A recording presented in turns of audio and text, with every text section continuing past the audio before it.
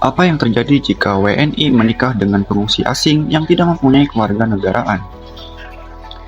Kesimpulan bahwa seorang pengungsi dalam hukum Indonesia tidak dapat melangsungkan perkawinan yang sah. Hal ini disebabkan pengungsi tidak memiliki kejelasan tempat tinggal, sehingga tidak dapat diterbitkan akta perkawinan sesuai dalam pasal 12 Peraturan Pemerintah Nomor 9 Tahun 1975. Sementara itu, di dalam Undang-Undang Nomor 1 Tahun 1974 tentang perkawinan, hanya dikenal perkawinan antara warga negara Indonesia dengan warga negara Indonesia dan antara warga negara Indonesia dengan warga negara asing, yang sering disebut dengan perkawinan campuran.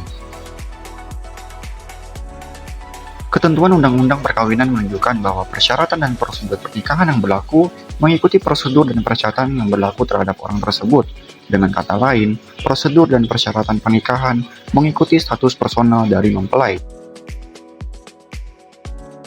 Dalam bukunya yang berjudul Hukum Perdata Internasional Jilid 3, Profesor Sudargo Gautama menyatakan bahwa hukum mengenai perkawinan termasuk bidang status personal, sehingga warga negara Indonesia ataupun warga negara asing yang ingin melangsungkan pernikahan wajib memenuhi syarat-syarat yang ditentukan oleh hukum nasionalnya.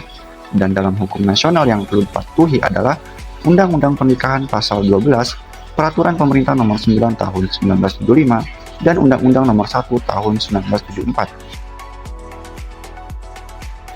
Lantas, bagaimana jika pengungsi yang non-kewarganegaraan menikah dengan WNI?